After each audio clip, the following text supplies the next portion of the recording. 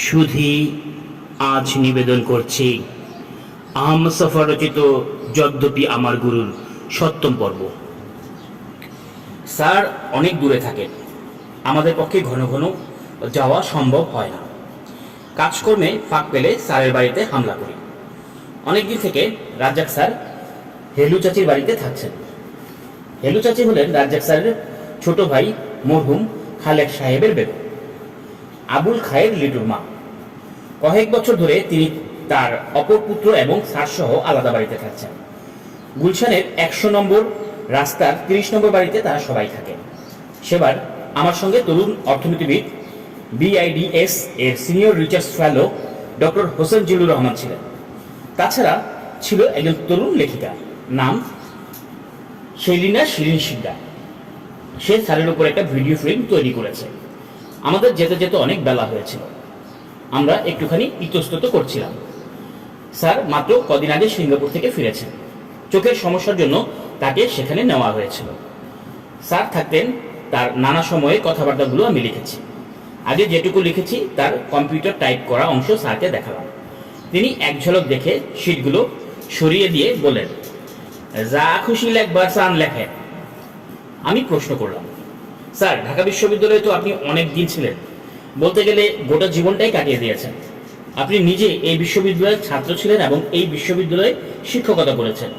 একসময় তো ঢাকা বিশ্ববিদ্যালয়ের শিক্ষকদের মধ্যে অনেক নাম করা মানুষ ছিলেন। কোন কোন শিক্ষককে এখন আপনার সবচাইতে উজ্জ্বল মনে হয়? স্যার বলেন, আমাগো সময়ে সত্যেন বসু ছিলেন। তিনি ফিজিক্সের মানুষ হইলেও অন্যান্য বিষয়ে তার পাণ্ডিত্য ছিল অগাধ। যে কোনো বিষয়ে তার ব্যাপক পড়াশোনা ছিল। এমন মানুষ আর একটাও দেখা যায় না। সাহিত্যের উপরও তার দখল ছিল খুব। আমরা যখন ভর্তি হয়েছি তখন হরপ্রসাদ শাস্ত্রী রিটায়ার করছে। আমরা মোহিতলাল মজুমদার পাইছি। মোহিতলাল বাবু বড় স্কলার আছিল, কিন্তু জিপটা আসলে বড় খারাপ। অকারণে মানুষের তুচ্ছতা ছিল করতেন। SK দেব মানে সুশীল কুমার দে আসিলেন অত্যন্ত উচ্চ শ্রেণীয় মানুষ হিসাবে এবং স্কলার হিসাবে। তারপর আবার ডাইরেক্ট টিচার আসিলেন অমিয় বাবু। অমিয় বাবু মানে অমিয় দাশগুপ্ত, বরিশালের মানুষ। সেইখান থেকে তিনি দিল্লি চলে যান। তার ছাত্রদের মধ্যে কেউ কেউ নোবেল প্রাইজ পাইবার যোগ্য হয়েছে। এই যে অমর্ত্য সেনের কথা সকলে কয়, তিনিও তো অমিয় বাবুর ছাত্র। এরকম আরো অনেক আছে। বাংলাদেশ অনেক পর একবার তিনি এই দেশে আইছিলেন। জিল্লুরের দিকে তাকিয়ে বললেন, আপনি গো BIDS এর একটা সেমিনারে অ্যাটেন্ড করোনার লেগা তখন আমরা এখানে আসছিলেন। এইবারও আমনের কথা ছিল। রেহমান চৌহানের মাধ্যমে আমারে খবর দিছিলেন, রাজ্জাকরে কইবেন এইবারও আমি তার ওইখানে থাকবো, হ্যাঁ যেন ব্যবস্থা করে। যেদিন আইব তার একদিন আগে হাট ফেল কইরা স্যার চুপ করলেন। বুঝলাম অমিয় বাবুর এই আকস্মিক মৃত্যু তার মনে খুব লেগেছে। আগেও তাকে নানা মানুষের সঙ্গে আমি অমিয় দাশগুপ্তের ব্যাপারে কথাবার্তা বলতে শুনেছি। আজিজুল হক সাহেবের সঙ্গে আলাপ করতে আমি শুনেছি। এবার অমিয় বাবু যখন ঢাকায় আসবেন, অমিয় বাবুকে সম্মানসূচক ডিলিট দেওয়ার জন্য বিশ্ববিদ্যালয় কর্তৃপক্ষকে অনুরোধ করবেন। আমি আলোচনার মোড় আমাদের সময়ের দিকে ঘুরিয়ে আনলাম। জিজ্ঞেস করলাম, স্যার ডক্টর আহমেদ শরীফকে আপনি কিভাবে মূল্যায়ন করেন? স্যার বললেন, শরীফ তেরাবেকা কথা কয় বেশ, কিন্তু এক সময় তো কম করছে। He did many things. টেবিলের উপর প্রফেসর আব্দুল হাইয়ের একটা জীবনী গ্রন্থ দেখিয়ে আমাকে জিজ্ঞেস করেন, আব্দুল হাই সম্পর্কে আপনারা কি ভাবেন? আমি জবাব দিলাম, হাই সাহেব আমার শিক্ষক ছিলেন। তার বিষয়ে আমার অনেক মধুর স্মৃতি আছে। শিক্ষক হিসেবে তিনি অত্যন্ত মহৎ ছিলেন। আমি তার সঙ্গে প্রথম দিনের ক্লাসের স্মৃতি হাতে বললাম। তিনি বলতেন, 5 বতে শিক্ষক, বিনয়, বপু, বাচন, বাৎসল্য ইত্যাদি।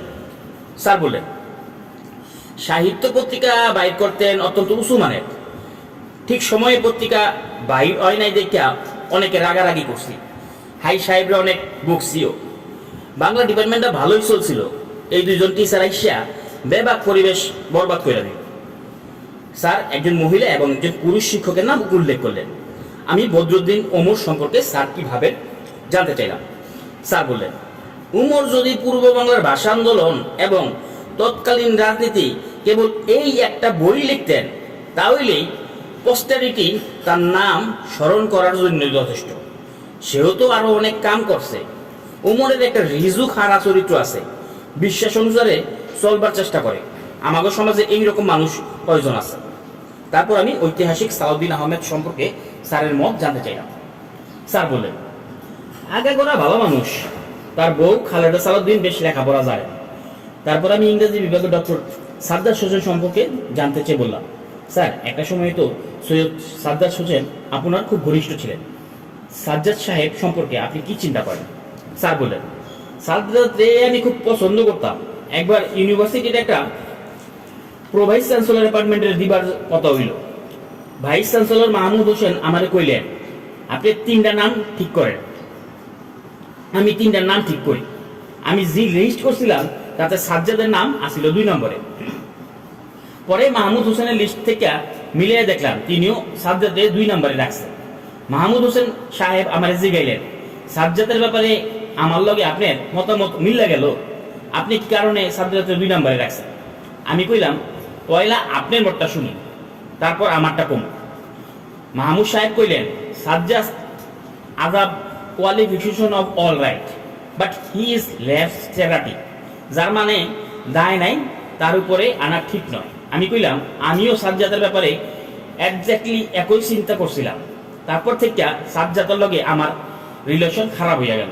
এখানে উল্লেখ করা বোধ করি অপ্রাসঙ্গিক হবে না, সৈয়দ সাজ্জাদ হোসেন সাহেব ইংরেজিতে যে আত্মজীবনী লিখেছেন তাতে রাজ্জাক সাহেবের নামে অনেক নালিশ করেছেন। সাজ্জাদ সাহেব পর্ব শেষ হওয়ার পর আমি বললাম, স্যার সৈয়দ আলী হোসেন সম্পর্কে আপনি কিছু বলেন। স্যার এভাবে বলতে শুরু করলেন, Sajjad and Aliya Hossain Aliya staff they are Kazi. Sajjad অনার্সে ফার্স্ট ক্লাস পাইছিল, এম এ তো সেকেন্ড ক্লাস, আর আলিয়া স্টাফ অনার্সে ফার্স্ট ক্লাস, এম এ তে second class. Aliya Hossain M A এবং অনার্স দুটাতেই সেকেন্ড ক্লাস। তার কারেক্ট কনসেপশন খুব ক্লিয়ার আছে, অ্যাস্থেটিক সেন্স খুব কিন, যে কোনো বিষয়ে কলম ধরলে লেখ খেলাই আন যাইত। আলিয়া স্টাফের লেখার হাত ভালো আসলো না, ধর্মটর্ম খুব করতেন, তবে আলিয়া হোসেনের ব্যাপারে একটা কথা হইল সত্য কথা সদাচিত বলতে পারতেন। আমি আলিয়া হোসেনের আত্মজীবনী লেখার পরামর্শ দিছি, কইছি কখন তো সব সত্য কথা আপনি কইবার পারতেন না, লেখা রেখে যান, আপনার মরণের পর প্রকাশ হইব। প্রফেসর রেহমান সোবহানের সঙ্গে রাজ্জাক স্যারের অত্যন্ত ঘনিষ্ঠ সম্পর্ক। এই পণ্ডিত ভদ্রলোকটিকে আমি বিশেষ পছন্দ করি না। স্যারের তার প্রতি অত্যন্ত অনুরাগের কারণটা কি জানতে চাই না। স্যার বলেন, মানুষ হিসেবে রেহমান সোবহানের কারোর বিরুদ্ধে কোনো খারাপ মন্তব্য শুনি নাই। তার বাপ আছিল কেনিয়ার পাকিস্তান হাই কমিশনার। মরবার আগে ভদ্রলোক আর একটা বিয়া কইরা ফেলাইছিল। স্বামীর মরণের পর ওই ভদ্রমহিলা খুব ভয়ে ভয়ে আসছিল। পাশে সব ছেলেরা তার এই প্রপার্টি থেকে ডিপ প্রোভাইড করেন। রেহমান আর ফারুক তারা 2 ভাই। ভদ্রমহিলারও একটা বাচ্চা আছিল। রেহমান বিদেশ থেকে আইসা করাচিতে যাইয়া ভদ্রমহিলার লগে দেখা কইরা হইলেন, বাবার সম্পত্তি কোথায় কি আছে, you know better than I do, সব আপনি। ভদ্রমহিলারে বাড়িঘর সব দিয়া তুইয়া চইলে বাড়িটাও তার হইল না। বউয়ের কারণে হইছে, বউটা রেহমানের চাইতে চালাক ছিল। আমি অহনো রেহমানের লগে দেখা হইলে ঠাট্টা কইরা সরস্বতীর বাহন সেই হাঁসের গল্পটা কই।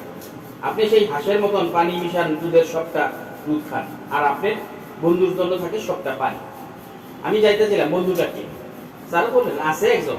কথাবার্তা রিপোর্ট করে স্যার হোসেন জিল্লুরের দিকে তাকিয়ে প্রশ্ন করলেন, এখন আপনাকে ডিআইডিএস এর ডিরেক্টরকে? জিল্লুর জবাব দিলেন, আবু আব্দুল্লাহ। স্যার জানতে চাইলেন, এখন আবুল আব্দুল্লাহর বয়স কত হইব? জিল্লুর বলেন, এই 52-53। স্যার মনে মনে কি একটা হিসেব করলেন, তারপর আমার দিকে তাকিয়ে বললেন, আপনি মুসারে চিনেননি? আমি বললাম, আমার ক্লাস ফ্রেন্ড। স্যার বললেন, ভেতরে একেবারে সাদা, কোনো ধরনের জটিলতা নাই। আমার নেক্সট কাজিনের মাইয়ারে বিয়া করছে, সেই হিসাবে মুসা আমার রিলেটিভ। আলোচনার মোড় ঘুরে দীনেশ চন্দ্র সেন এসে ঠেকল। স্যার বললেন, Dinesh Sen was really a great man. এদিকে সেদিকে কোনো ব্যাপার আছে। তারপরে তার যখন অসুখ হয়েছিল, চিকিৎসার জন্য ডাক্তার বিধান রায়কে ডাকছিলেন। বিধান রায় ফিস দাবি করছিল 2000 টাকা। তার পরিবারের তরফ থেকে বিধান রায়কে জানানো হইল 2000 টাকা ফিস দিয়া চিকিৎসা করানোর সাধ্যতা নাই। তারপর স্যার নীলরতনের দায়িত্বে আনলেন, নীলরতন রে দেখলেন। তার কাছে জানতে চাওয়া হইল কত ফিস দিতে হইল। স্যার নীলরতন কইলেন, বাঙালি জাতির তো দীনেশ সেনের কাছে কিছু ঋণ আছে, ফিসের কথা উঠবো কেন? স্যার বললেন, দুইজন মানুষের মধ্যে কম্পেয়ার কইরা দেখেন, আমাদেরকে কোনো কথা বলতে না দিয়া চিত্ররঞ্জন দাসের সঙ্গে চলে এলেন স্যার। তিনি বলতেন, বাড়ির ঘোষের মানিকতলা বোমা মামলার সময় চিত্ররঞ্জন দৈনিক ফিস নিতেন 2000 টাকা। কোর্টে যাইবার আগে টাকাটা আগাম দিতে হইত। মিস্টার জিন্না 1 মাস ধইরা তিলকের একটা মামলা করছে। ফিসের কথা যখন উঠলো, মিস্টার জিন্না কইলেন, I cannot claim fees from a person who is not fighting for his individual interest. তারপর মতিলাল নেহেরুর কথা এলেন। স্যার বললেন, মতিলাল উর্দু, ফার্সি এসব খুব ভালো জানতেন, কিন্তু জওহরলাল কোনো ইন্ডিয়ান ভাষা জানতেন না। হিন্দিটা তিনি কইতে পারতেন, শুধু পড়তে পারতেন না। আমার সব কথা মনে আছে। স্যার ভারতবর্ষের অতীত ইতিহাসে চলে এলেন। তিনি বললেন, হিন্দুদের মধ্যে জন্মান্তরবাদের বিশ্বাস, যা এখন আপনারা দেখবার পান, এটা প্রাচীন আমলের বিশ্বাস ছিল না। আর্যরা জন্মান্তরবাদের বিশ্বাস করলে বেদের উল্লেখ থাকতো। বেদের একেবারে জন্মান্তরবাদের সিটা ফোটাও নাই। এটা তারা পরে ডেফ্রিডিয়ানদের কাছ থেকে ইনহেরিট করছে। আমি বললাম, বাংলার ভবিষ্যৎ সম্পর্কে কিছু বলেন। স্যার বললেন, বাংলার ভবিষ্যৎ সম্পর্কে আমি আর কি কম, সে তো আপনার গৌপ্র। আপনারা কি করবেন আমি কেমনে কম? মিস্টার জিন্না তো বেঙ্গল আপনাদের দিয়া দিছিল, আপনাকে চিত্তে সুখ হইল না, বেঙ্গল পার্টিশন করলেন। সেই এক বৈঠকে স্যারের কাছে প্রশ্ন করেছিলাম, জাতির ভবিষ্যৎ সম্পর্কে তার বলার কিছু আছে কিনা।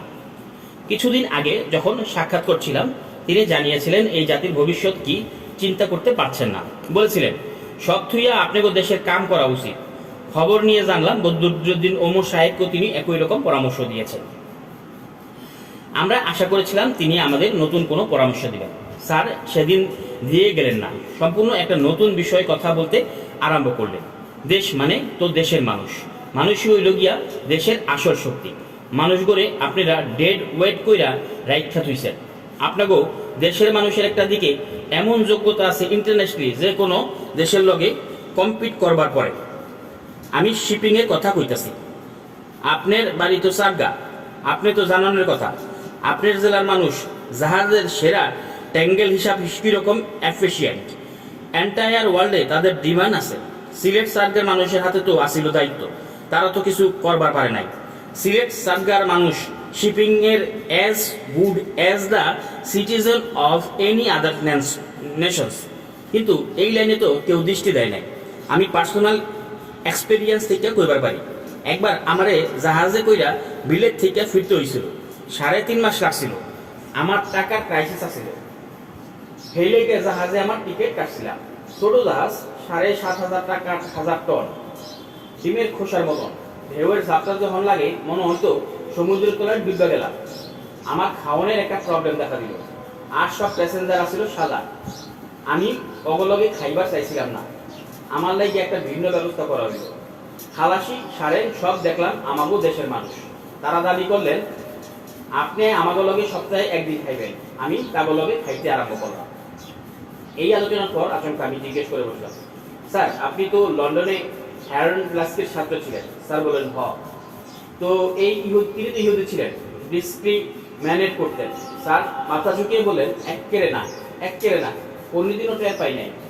তিনি আমারে একদিন কইলেন, মিস্টার রাজদার, তুমি চেষ্টা করলে নেহরুর মতো হইতে পারবা। দ্বিতীয়বার যখন এই একই কথা কইলেন, আমি চিন্তা করলাম এই মনোভাবার বাড়তে দেওয়া ঠিক হইব না। আমি তার দৃষ্টি আকর্ষণ কইরা কইলাম, মিস্টার লাস্কি। তিনি কইলেন, ইয়েস মাই বয়। আমি কইলাম, I do not wish to be mentioned with Mr. Nehru. I am a member of Muslim League and a follower of Mr. Jinnah. এরপরে আর কিছু কয় নাই। লাস্কি নেহরুর খুব ভক্ত আছিল। একদিন ক্লাসে অনেক ছাত্রের মধ্যে বললেন, নো ম্যান ইজ ইনফলিবল। আমার দিকে তাকাইয়া ছোট্ট কইরা কইলেন, নট ইভেন মিস্টার জিন্নাহ। সকলে অবাক হইয়া আমার দিকে তাকাইলেন। আমি কইলাম, I have properly understood. Mister Laski communist পার্টির মেম্বার আছে, কিন্তু মিস্টার চার্চিল ম্যানচেস্টার গেলে লাস্কিদের বাড়িতে থাকতেন। তিনি লাস্কি পরিবারের ফ্রেন্ডলি লিস্টে আসলেন। কেউ কোনোদিন জানবারও পারে না। তরুণ বয়সে মানুষের শরীরে কোনো অংশ চোট লাগলে যৌবনে সেটা অনুভব করা যায় অনেক সময়। করা যায় অনেক সময়, বুড়ো হলেই ব্যথাটা ফিরে আসে। মানুষের বিশ্বাস এবং সংস্কার এগুলো বেশি বয়সে নতুন করে জেগে ওঠে। রাজ্জাক স্যার ইদানিং মিস্টার জিন্নার নাম বেশি উচ্চারণ করে থাকে। আগেও করতেন, তবে এত বেশি নয়। মাঝে মাঝে শেখ মুজিবুর রহমানের খুব তারিফ করতেন। এবার আমরা তিনজন একসঙ্গে গেলাম, ইতিহাসের শিক্ষক ডক্টর আহমেদ কামাল এবং অর্থনীতিবিদ ডক্টর হোসেন জিল্লুর রহমান। আমি যখন দরজা ঠেলে ভেতরে ঢুকলাম, দেখি স্যার রেহমান সোবান সাহেবের বেগম সালমা রেহমানের সঙ্গে কথা বলছেন। আমাকে যখন চিনতে পারলেন জিজ্ঞেস করলেন, লগে আরও কেউ আসেনি? আমি জিল্লুর এবং কালামকে দেখে বললাম, এই দুজন। স্যারের কপালে একটা ভাঁজ পড়লো, বুঝতে পারলাম ঈশ্বর বিরক্তি হয়েছে। স্যার বলেই ফেলেন, আমি কিন্তু বাবা বেশি সময় দিতে পারবো না, সিঙ্গাপুর থেকে আমার ভাইজিটা আইবার কথা, আমরা চলে আসবো কিনা চিন্তা করছিলাম। স্যার জিজ্ঞেস করলেন, আইস প্রেসিডেন্ট বক্তৃতাটা করছেন নি? কামাল এবং জিল্লুর অজ্ঞতা প্রকাশ করলেন। আমি বললাম, শাহাবুদ্দিন সাহেব এশিয়াটিক সোসাইটিতে ডক্টর ইব্রাহিমের স্মরণ সভায় একটা বক্তৃতা দিয়েছে। স্যার বললেন, আমার যাওয়ার ইচ্ছা ছিল না, ডক্টর আহমেদ হোসেন দানির লগে দেখা হইব হেল লেগে গেলাম। ডক্টর দানি আমাকে এই অঞ্চলের ইতিহাসে এত জানেন, আমি 3 জন্মেও অত জানবার পারবো না। আমি জিজ্ঞেস করলাম, তিনি কি বাঙালি? স্যার বললেন, দানি বাঙালি না, তবে খুব অ্যাপ্রিসিয়েট স্কলার। আমি জানতে চাইলাম, মানুষ হিসাবে কেমন? স্যার বললেন, ওই মন রাখার কথা বলার অভ্যাস আছে। স্যার আমার দিকে তাকিয়ে বলেন, একটা কোটেশন আপনি লেখা রাখেন, সুযোগ মতো ব্যবহার করবার পারবেন।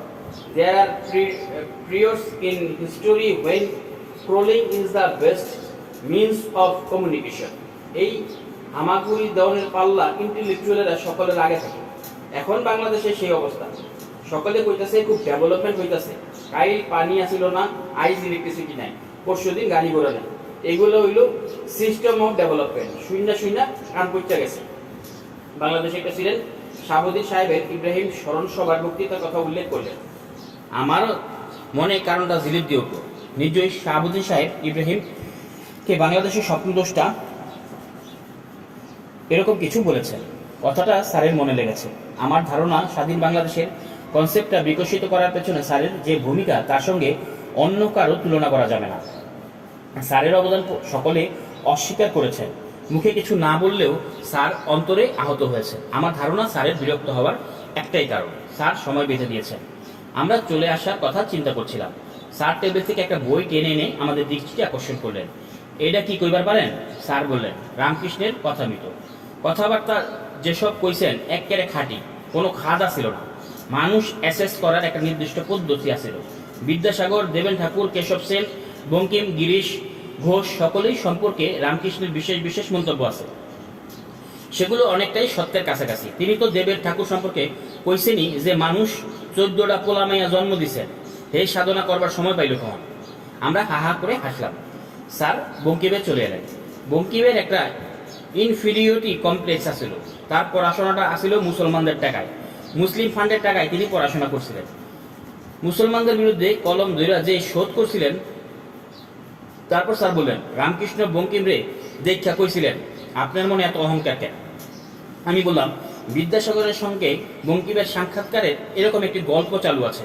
বিদ্যাসাগর বিয়েতে বাংলার প্রশ্নপত্র তৈরি করেছিলেন এবং প্রশ্নপত্র কঠিন হয়েছিল। সে কারণে বঙ্কিম কম নম্বর পেয়েছিল, তাকে গ্রেস নাম্বার দিয়ে বিয়ে পাশ করতে হয়েছিল। এই কারণেই তিনি বিদ্যাসাগরের উপর খাপ্পা ছিলেন। স্যার বললেন, বিদ্যাসাগরের বিরুদ্ধে এরকম একটা নালিশ হরপ্রসাদ শাস্ত্রী করছিলেন। শাস্ত্রী মশাই বলেছিলেন, বিদ্যাসাগর সংস্কৃত বহুল বাংলা লিখে বাংলা ভাষাকে সংস্কৃতের দুহিতা প্রমাণ করার চেষ্টা করছিলেন। স্যার বললেন, বঙ্কিমের বাবাও ছিলেন ডেপুটি ম্যাজিস্ট্রেট, তিনি বহরমপুরে ছিলেন। দেশের রেভিনিউ সিস্টেমের মধ্যে যে চেঞ্জ আইছে সেটা শুধু বঙ্কিম না, কেউ বুঝবার পারে নাই। সায়েন্টিস্ট নিউটন আসিলেন মিন্ট মাস্টার। সে সময়টা আওরঙ্গজেবের আমল। ইন্ডিয়ার মনিটারি সিস্টেম যে কোনো ইউরোপীয় দেশের চাইতে অনেক বেশি সুপিরিয়ার ছিল। স্যার যখন কথা বলতে আরম্ভ করলেন, একই সঙ্গে অনেক কথাই বলে ফেলেন। শুধু একটা সূত্র প্রয়োজন, আমরা যদি ধরিয়ে না দিই নিজের সূত্র ঠিক করে নেয়। কথাবার্তার একসময় বদরুদ্দিন ওমর সাহেবের পূর্বপুরুষ নবাব আব্দুল জব্বারের এসে ঠেকল। আব্দুল জব্বার এবং তার এক ভাই দুজনেই আসিলেন সর্দারওয়ালা। একবার লর্ড ক্যানিং কাগো বাড়িতে বেড়াইতে গেছিল। তিনি নবাব আব্দুল জব্বারের কথা প্রসঙ্গে কইছিলেন, তোদের মধ্যে একেবারে কৃতজ্ঞতা নেই। নবাব আব্দুল জব্বার জবাব দিছিলেন, আমরা কৃতজ্ঞতা বলবার তো তোমাগো উপর রাজত্ব করছে। ওমর সাহেবদের পরিবার প্রসঙ্গে যখন উঠলো, আমি আব্দুল হাশিম সাহেবের বাবা মৌলভী আব্দুল কাশেম সাহেবের কথা তুললাম। বললাম, নানা জায়গায় পড়েছি আব্দুল কাশেম সাহেব ফজলুল হক সাহেবকে সবসময় দুষ্ট গুহের মতো আড়াল করে রাখতেন। উমর সাহেব একসময় জানিয়েছিলেন তার পিতামহের সঙ্গে লর্ড রিডিংয়ের গলায় গলায় ভাব ছিল। স্যার বললেন, মৌলভী আব্দুল কাশেম সুবিধার মানুষ আসছিল না, তিনি সবসময় সত্য কথা বলতেন। এই কথা তার অতি শত্রুও বলতে পারবেন না, কিন্তু ইংরেজিটা বলতেন চমৎকার। তিনি সবসময় খুব মিহি ধুতি এবং পাঞ্জাবি পরতেন। তার মাথায় একটা কুস্তি টুপি। ডায়েসে খাড়াইয়া যখন কথা বলতেন, এক একটা ওয়ার্ড মুক্তার দানার মতো জুইরা পড়ত। স্যার যেহেতু আমাদের শুরুতে বলে দিয়েছে তিনি অধিক সময় দিতে পারবেন না, আমরা কেউ কোনো প্রশ্ন করলাম না, অপেক্ষা করছিলাম তিনি একটা জায়গায় থামবেন, তখন আমরা চলে আসব। লর্ড রিডিংয়ের সূত্র ধরেই তিনি বক্তব্য বলতে থাকলেন। লর্ড রিডিংয়ের মৃত্যুর পর তার পুত্র তার একটা বায়োগ্রাফি প্রকাশ করেন। তিনি যতদিন ইন্ডিয়াতে ছিলেন প্রতি সপ্তাহে তার পুত্রের কাছ থেকে একটা কইরা চিঠি লিখতেন। ভারতের যে সকল ডিগনিটিরা লগে তারা দেখা করতে আইতো তাগো সম্পর্কে লর্ড রিডিং তার প্রাইমারি ধারণাটা প্রকাশ করতেন। মিস্টার গান্ধীর লগে যে রিডিংয়ের লগে যে দেখা হয়েছে, লর্ড রিডিং এ সম্পর্কে লিখেছেন, এই লোকের সঙ্গে আমাকে ব্যবসা জমবে ভালো। এইভাবে যত ইন্ডিয়ান লিডারের লগে দেখা হয়েছে সকলেই একটা ক্যাটাগরিতে ফেলেছেন, কিন্তু মিস্টার জিন্নার সঙ্গে তার দেখা হনের পরের চিঠিতে একেবারে পাল্টায়া গেল। এই লোক একেবারে বেয়ারা। You will have trouble in handling mister Jinnah. আমি বললাম, আপনি সবসময় মিস্টার জিন্নাকে বেশি বেশি নাম্বার দিচ্ছেন। জিন্না সাহেব অবস্টিনেট ছিলেন সত্য, কিন্তু আপনি তার প্রতি দুর্বল। স্যার হাসলেন। আমি তো আর বানায়া বানায়া বলবার লাগছি না। স্যার এই পর্যায়ে শারীরিক দুর্বলতার কথা বলেন, তারপর বলেন, এই শরীর নিয়ে গোপালগঞ্জ যাইতে হইব। সকলে আমারে ধইরা বলল, কাজী মোতাহার হোসেন দাবার টুর্নামেন্ট আপনার নাম থাকবে। আমি মত দিছিলাম, কখন যাইতেছে এই টুর্নামেন্ট, আইব গোপালগঞ্জে। লোকে মনে করে কাজী সাহেবের লোকে আমার পরিচয় দাবার মাধ্যমে। আসলে পরিচয় হয়েছিল নজরুল ইসলামের গানের অনুষ্ঠানে। তখন আমি ক্লাস 9-এর ছাত্র, থাকি গ্যান্ডারিয়ায়। কলিকাতা থেকে ঢাকা মেইল আইতে একটু দেরি আসছিল। সকলে নজরুলের মুসলিম সাহিত্য সমাজে ওই বিষয় নিয়ে তুললেন। নজরুলের কইলেন, ওমর ফারুকের উপর কবিতা পড়ার কথা আসিল, লিখতে পারি নাই, অন্য কবিতা পড়ব। সাহিত্য সমাজে অফিস আসিল, এখনকার মেডিকেল কলেজের দক্ষিণ গেটের দোতলায়। কথাবার্তা যা নজরুল একাই কইলেন। গান গাইতেছেন নাইলে কবিতা পড়তেছেন। একটু ক্লান্ত হইলে অন্য একজনে হারমোনিয়ার সামনে বহাইয়া দিয়া কইছেন, দেহি তুমি একটু গান করো। তারপর নিজে হারমোনিয়াম টাইম না লইয়া গানের মুশকুল হইয়া যাইতেছেন। এই সময় কাজী সাহেবের দাঁড়িয়ে আসিল না। কাজী সাহেব কইছিলেন, আমার এখনো স্পষ্ট মনে আছে, মডার্ন এডুকেশন আর কিছুই না, লাউয়ের মাছার মতো জিনিস। মাছা না থাকলে লাউ গাছ তো বাড়তে পারে না। নজরুল ইসলাম শুইনা বললেন, তোমার কথা ঠিক আছে, তবে লাউ গাছের বললেন আর আইব। আমি হবার ক্লাস 9-এর ছাত্র। অর্ধেক রাত নজরুলের গান আবৃত্তি কথাবার্তা শুনে কাটাইয়া দিলাম। সেই রাইতে আর বাসায় যাওয়া হয় নাই, চকবাজারে এক আত্মীয়র লগে কাটাইলাম। আমি বললাম, আপনার সঙ্গে নজরুল ইসলামের কোনো কথাবার্তা হয়েছে? না না না, স্যার দুবার মাথা নাড়লেন। আমি ক্লাস 9-এর ছাত্র। জিজ্ঞেস করলাম, এটা ঘটছিল কোন সালে? স্যার একটু থেমে বললেন, 1927 সালে। আজ এই পর্যন্তই, পরবর্তী পর্ব নিয়ে খুব শীঘ্রই হাজির হচ্ছি। ধন্যবাদ।